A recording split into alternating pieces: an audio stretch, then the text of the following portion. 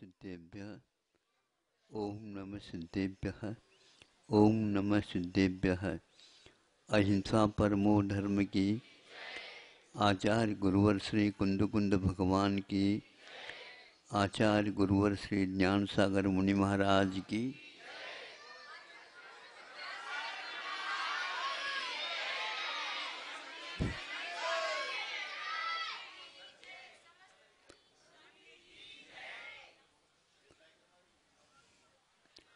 दो तीन बार हमने संकेत ये भी दिया था,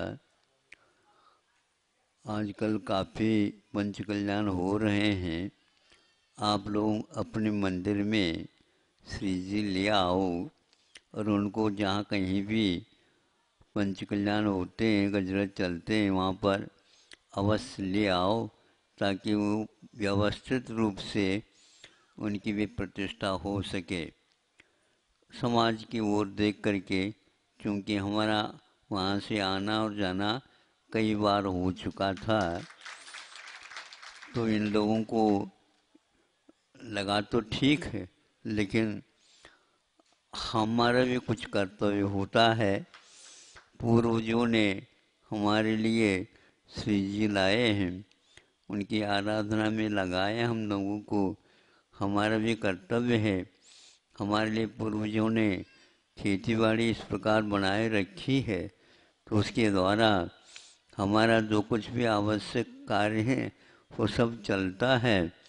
उसमें जो कुछ बचा है उसको हम इसी आराधना में लगाना चाहते हैं, तो उसका रूप इतना बना। फिर भी हमारा बार बार उनको भी यही कहना होता था। और आज यहाँ पर क्योंकि इंदौर में चातुर्मास, फिर इसके उपरांत यहाँ पर सीतावकाश पूर्णतः है, लगभग 3 महीने से भी ज़्यादा हो चुके हैं। अभी यहाँ पर पंचकल्याण की योजना भी कर रहे हैं। 3 महीने में करना चाहते तो हो सकता था, लेकिन इन लोगों का क्या इरादा है पता नहीं लगता है। यहाँ पर एक गांव तो है ही नहीं, एक शहर तो है ही नहीं। इधर देखते हैं तो नेमावर भी है सामने, जो और खाते गांव और हरदा है, कन्नौज है, आस्था भी है बिल्कुल आस्था है। इंदौर तो है ही। तो अभी ये चुनाव इत्यादि के बारे में ही चर्चा बार बार करते रहते हैं। अभी भी आज ही चर्चा और नई चर्चा कर दी है। ये तो होता रहता है, लेकिन यह विलंब काफ़ी हो गया है। इन लोगों को सोचना चाहिए, ज़्यादा विलंब होता है तो उसका ब्याज भी बहुत बढ़ता है। वो आपको इन्हीं को देना है, हम ज़्यादा तो नहीं कहते। इतना है कि जैन धर्म हमेशा हमेशा द्रव्य की ओर ज़्यादा न दे करके द्रव्य को रखता तो है अपने पास, संग्रह भी करता है, लेकिन जैन समाज संग्रह और परिग्रह में बहुत अंतर मानता है और उसका अनुकरण भी करता है। महाराज ये क्या बताओ, आज तक तो आपने कहा नहीं। संग्रह और परिग्रह दोनों एक ही बात है। इसमें समुपसर्ग लग गया और एक इसमें परिउपसर्ग लग गया है। परिया समन्तात् गृह्णाति परिग्रह है और समीचीन रूपेण ग्रहण संग्रह करोति संग्रह। कोई अंतर नहीं है। नहीं, बहुत अंतर है। सम के साथ समीचीनता लगी है, उसको संग्रह तो कर रहा है, लेकिन संग्रह करने वाला मूर्छा को प्राप्त नहीं हो पाता। किंतु मूर्छा परिग्रह ऐसा कहा गया। परिग्रह जहाँ पर आता है वहाँ पर मूर्छा होती है।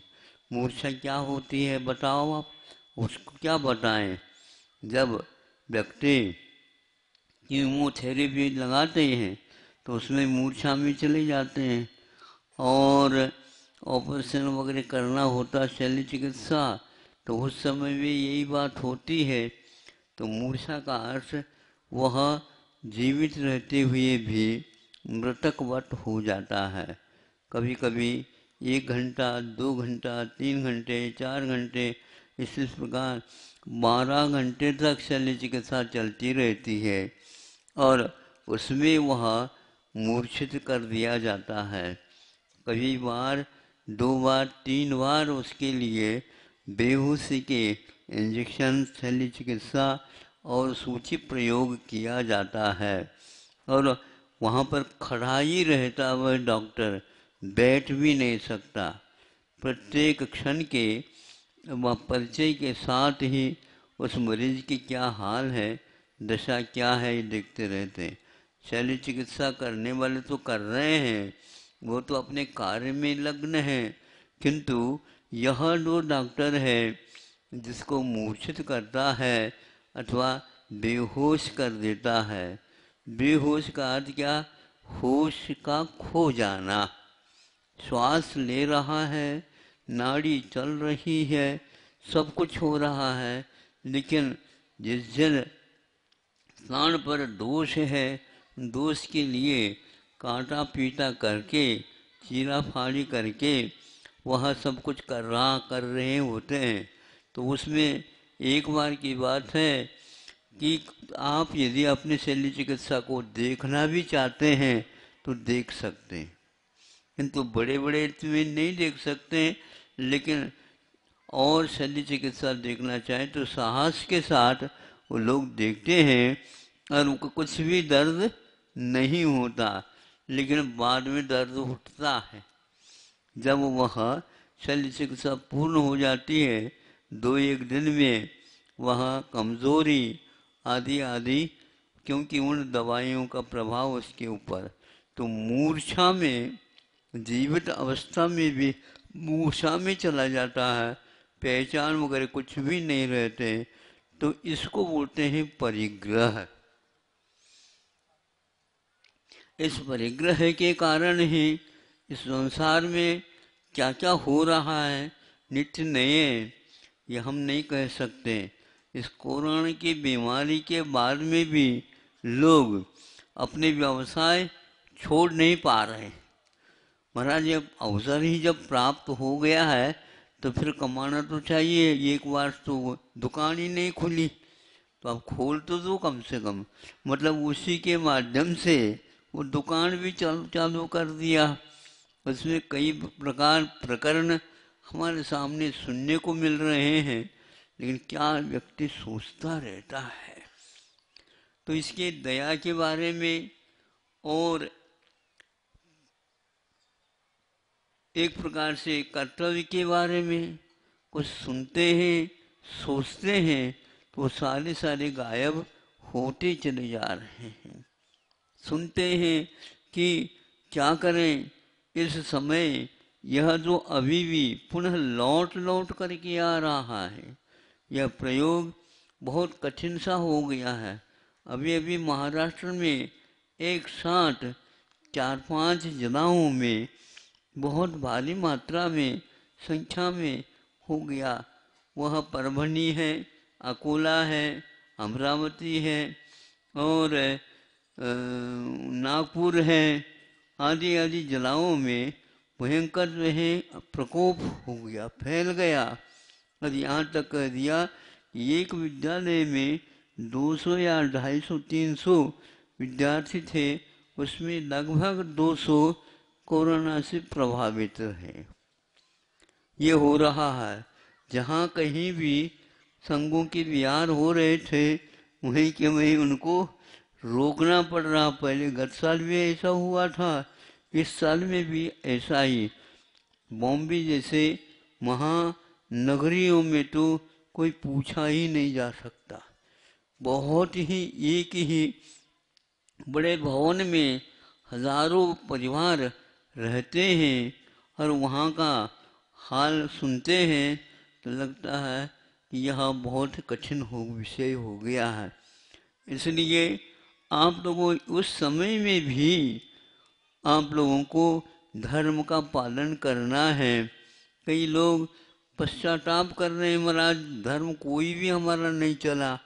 ऐसा नहीं है। द्रव्य को हम धर्म नहीं मानते हैं, किंतु भाव को ही धर्म मानते हैं। भाव से ही मंत्र माला फिर रहे हैं, लेकिन वह द्रव्य माना जाता है। हम मन में भाव क्या कर रहे हैं, हमारा उद्देश्य क्या है, हम उद्देश्य के प्रति कितने समर्पित हैं, इन सब बातों को देखते हैं तो अपने आप ही उससे भी बढ़ कर के कार्य हमारा हो सकता है और करने वाले करते भी हैं। इसलिए आप एक आलंबन और एक निरालंबन, ये दो यदि साधन समझ में आ जाता है तो धर्म का स्वरूप अपने आप आ जाता है। मुनि महाराज आप जैसे कोई द्रव्य इत्यादि रखते नहीं, उनका लेन देन करते नहीं, लेकिन आप रखते हैं करते हैं, लेकिन उससे कई गुना उनके द्वारा धर्म का संपादन होता रहता है। उसका कोई ग्रहण थोड़ी, संग्रह थोड़ी कर किया जाता। भावों में इस प्रकार का विकास होता है, उज्ज्वलता आ जाती है और उसके द्वारा कर्मों का हनन होना प्रारंभ हो जाता है। बाधक तत्वों का हमारे पास जो संग्रह हुआ है, निमित्त बनाया हमने, उनको फेंकना है। ऐसा फेंकना है उसके प्रति किसी प्रकार से मोह उत्पन्न न हो। यह है। दूसरे को तो कह दिया और उसने त्याग कर दिया और प्रकारांतर से जा करके उसको अपने पास रख लिया, तो यह परिग्रह ही माना जाता है। इसका नाम कोई धर्म है ही नहीं, किंतु वह मोह का नाम ही धर्म अधर्म दोनों कोटि में आ सकते हैं।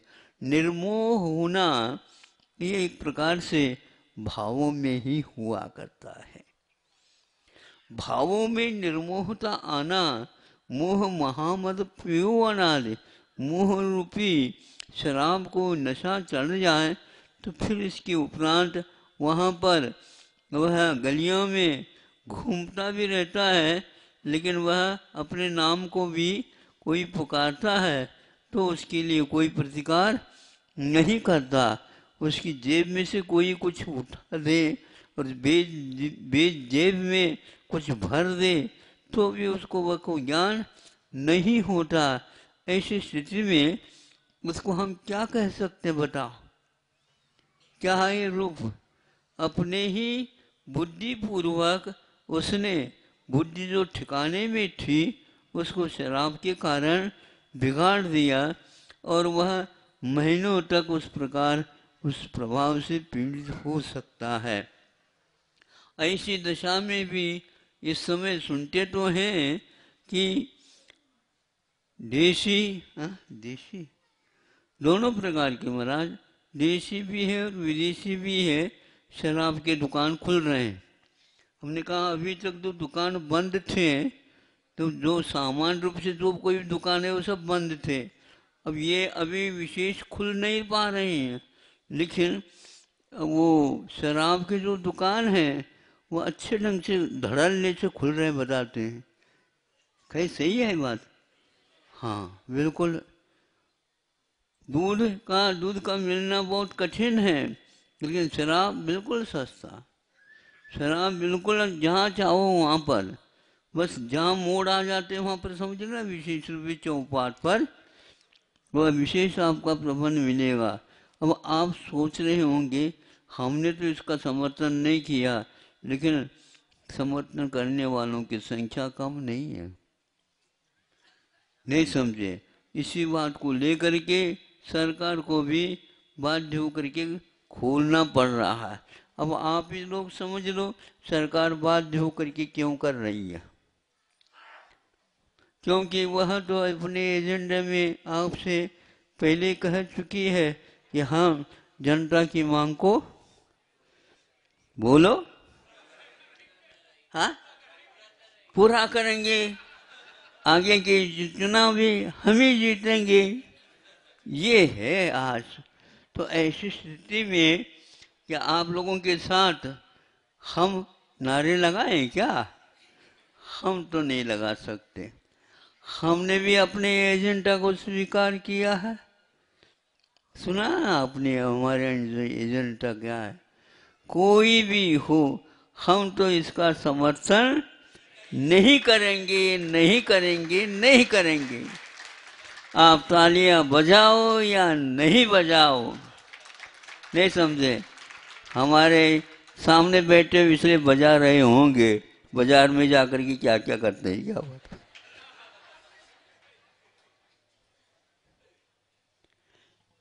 हाँ, अब दूध तो नहीं मिल रहा है, सिंथेटिक औपचारिक केमिकल पदार्थों से बना हुआ दूध निर्मित हो रहा है।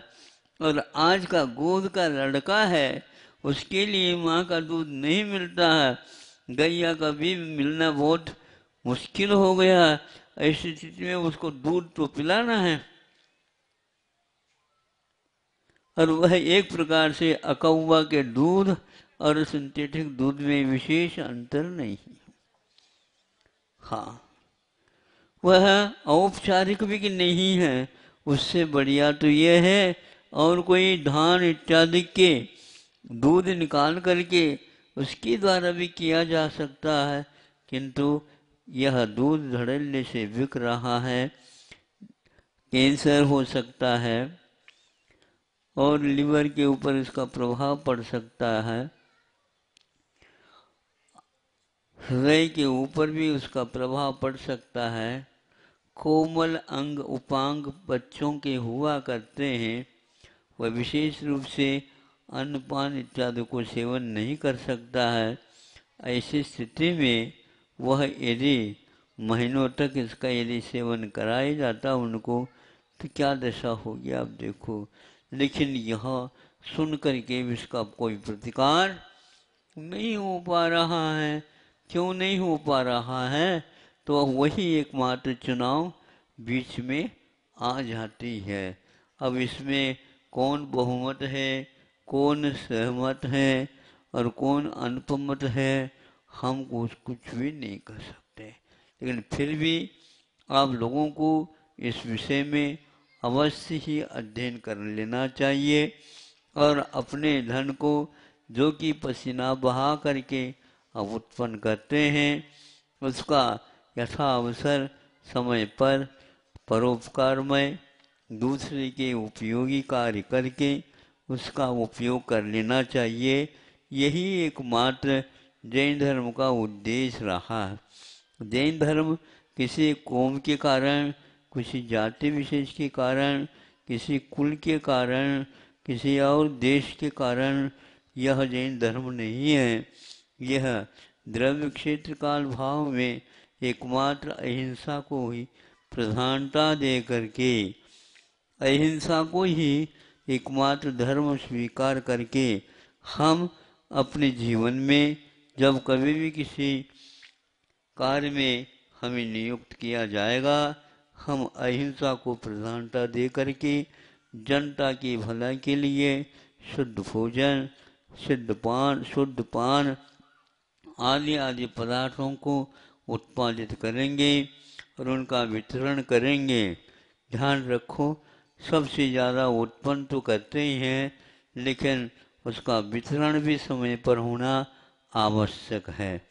आपने भोजन बहुत खा लिया, वितरण ठीक नहीं हुआ। आपने समय पर नहीं खाया, वितरण ठीक नहीं हुआ। आपने मात्रा में बहुत कम ले ली, ये भी ठीक नहीं हुआ।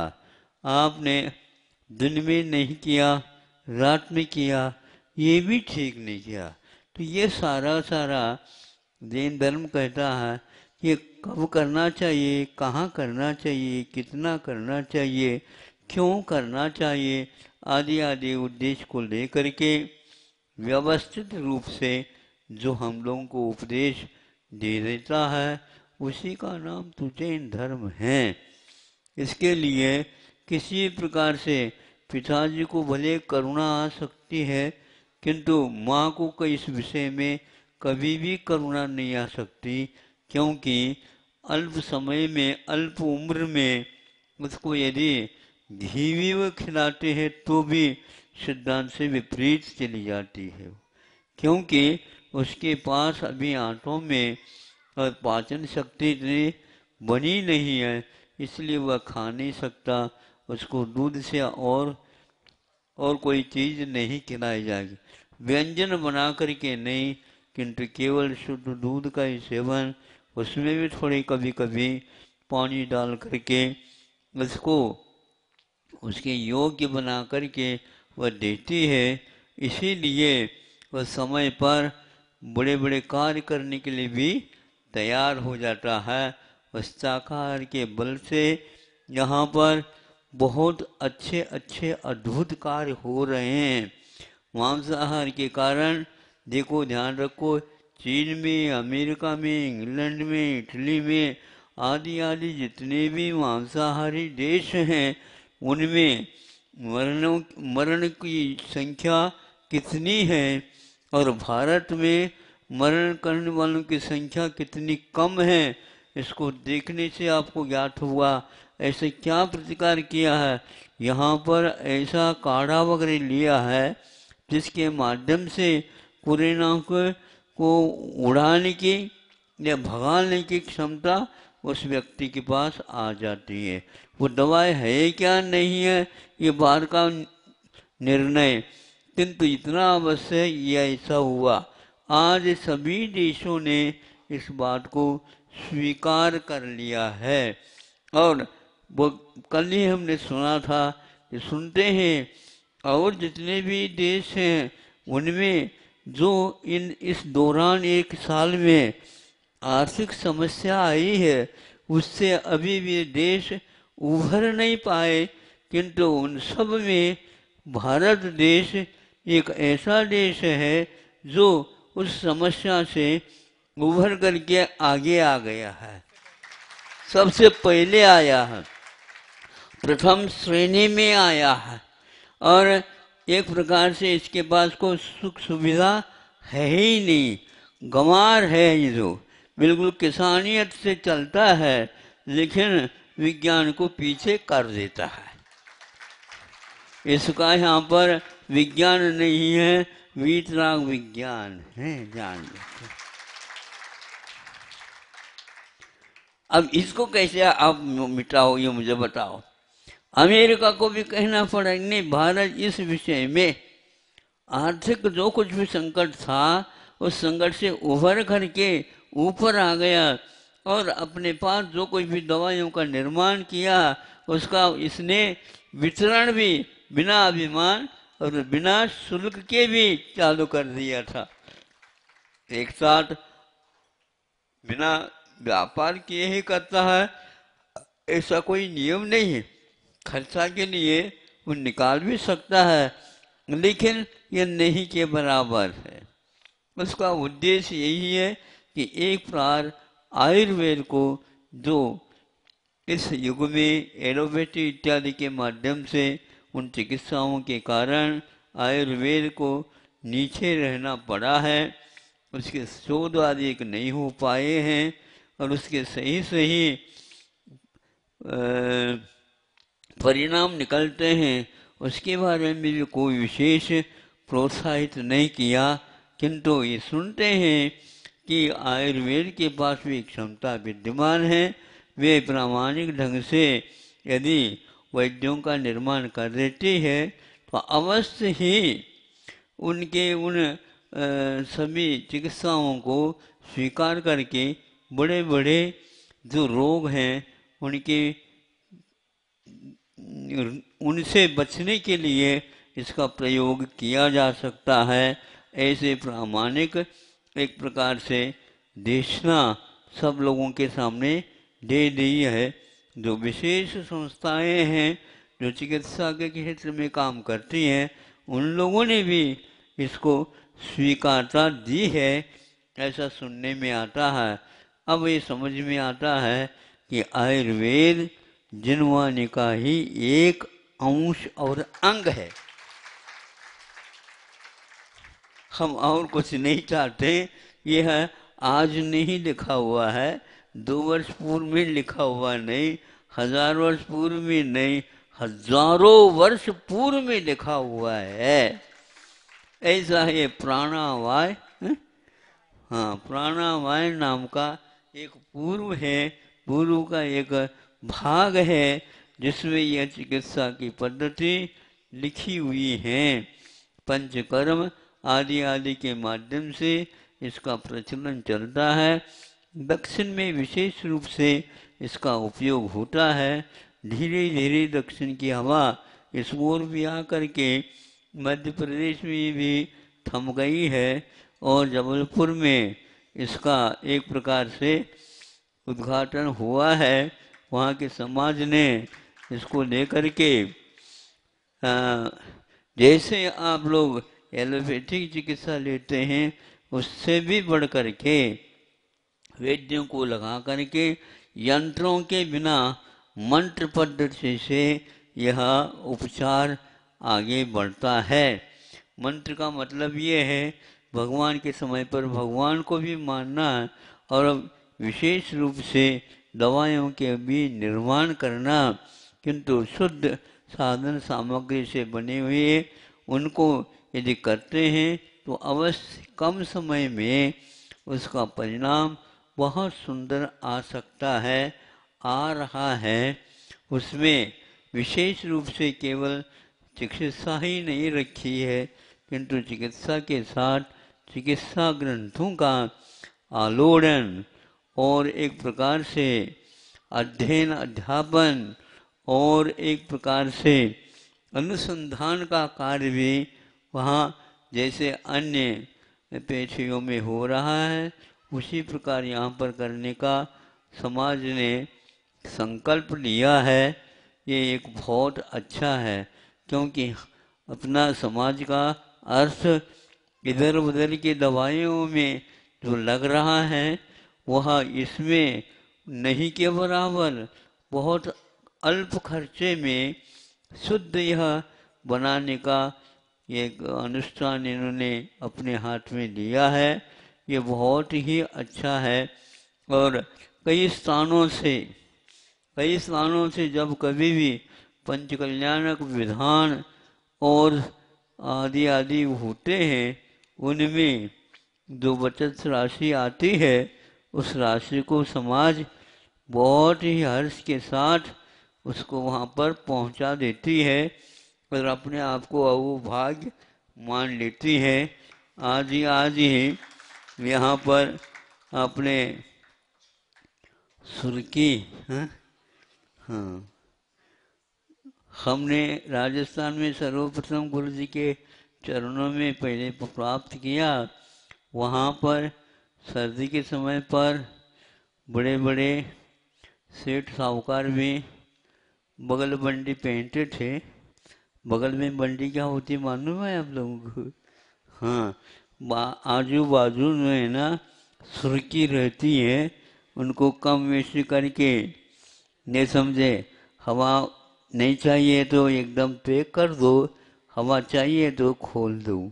इस प्रकार कोट भी होते थे, सुर्की के भी होते हैं और छोटे छोटे बच्चे अभी भी गाँवों में झबला पहन करके और उनको सुर्की का ही पहनते, नाड़ी वाला, नाड़ी नहीं नाड़ी वाला, तो उसको नाड़े को ढीला भी कर दिया जाता है और ये भी किया जाता। तो ऐसे ही सुर्की वालों ने अपनी चर्या को अच्छे चुस्त कर दिया। उसके कारण कुछ बचत राशि हो गई थी, उसको अपने उदारता के साथ निर्मोहिता का परिचय देते हुए अभी आपके सामने आए हैं और इनके उत्साह इसी प्रकार बढ़ता रहे और इसी प्रकार अपव्यय से बच करके जैन समाज इस ओर अनेक कार्य हैं, उन कार्यों में शिक्षा के कार्यों में, चिकित्सा के कार्यों में और बच्चों को एक प्रकार से विशेष रूप से नौकरी की ओर न जाएं, किंतु औरों को भी काम देने के लिए सक्षम बन जाएं। ऐसे सात्विक भावों से युक्त समाज का निर्माण आज की बड़ी मांग है, उसको आप लोग करेंगे। ऐसे ही भाव इसमें वक्तव्य में हैं और यहाँ के कमेटी ने भी कुछ आगे कदम बढ़ाए बताते हैं, उस समय समय पर आपको याद होगा ही। लेकिन ये भी ध्यान रखें 3 महीने पूर्ण यहाँ पर आकर के हमें हो चुके हैं। और समाज और चातुर्मास में तो बंधन फिर भी तिथि मिति का रहता है। ये भी ऐसे ज़्यादा गाफिल न हो, ज़्यादा अतिरेक आत्मविश्वास न बढ़ाएं। कभी भी संग, जैसे दोनों संग आ रहे हैं ना, उसी प्रकार ये भी संग हाँ रख सकते हो। हम कोई भी संघ को अच्छे ढंग से समझा करके आपके कार्य को पूर्ण करने में सोच भी सकते हैं। अब आप देख लो क्या करना चाहते हो। आप थोड़े से विशेष ध्यान देंगे। समय को सबसे ज़्यादा कीमती मानना चाहिए और हमारी धारणा इसमें ज़्यादा काम में आती रहती है कि मैं आप लोगों के कोई भी आग्रह को ज़्यादा सुन नहीं सकता। आप सुना तो सकते हो, लेकिन सुनना और मानना ये तो हमारे अधिकार की बात है। महाराज आप भी अधिकार रख सकते हो कि क्यों नहीं। अधिकार रखे बिना अधिकरण का संरक्षण नहीं होता। ये समझे, अधिकरण का अर्थ आधार होता है। उस आधार की यदि रक्षा हम नहीं करेंगे तो दूसरे के हाथ में चला जाएगा, तो आप कैसे करोगे उसका, नहीं कर सकते। इसलिए अपने आधार को कभी भी नहीं भूलते हुए अपने अधिकरण के विकास में, यानी धर्म के विकास के लिए यह सब आवश्यक तत्व है। समय समय पर यह आपको बताते आया हूँ। ये 3 महीने में बहुत एकाध दिन भी हम छूटा नहीं है। प्रतिदिन हमारा उपदेश तो चल ही रहा है, ध्यान रखना। ये भी एक बहुत विशेष बात है। महाराज खाली बैठे नहीं है यहाँ पर, थाली लेकर के बजा रहे हैं। हाँ, आप इसको ध्यान रखो। ये बात अलग है इधर आकर के सभा में, जैसे आज रविवार के दिन उपस्थित है ऐसा नहीं, लेकिन सर्दी के समय में भी 3 महीने हम यहाँ पर आप लोग जो कोई भी आते थे उनके लिए सुनाया है, और आप लोगों ने इसको सुना भी है और औरों को भी सुनाया होगा है। इसी प्रकार आगे बहुत दूर दूर से जनता आई थी, मंदिर इत्यादि का निर्माण देखा है, उत्साहित हुए हैं। उनके मन में भी इस प्रकार के विचारधारा उत्पन्न हो गई होगी, जो यहाँ के कार्यकर्ताओं ने उन विचारधाराओं को रूप देने का प्रयत्न किया है समय निकाल करके। ये भी समाज के लिए एक प्रेरणा का विषय है। आज इतना ही पर्याप्त समझता हूँ। अहिंसा परमो धर्म की।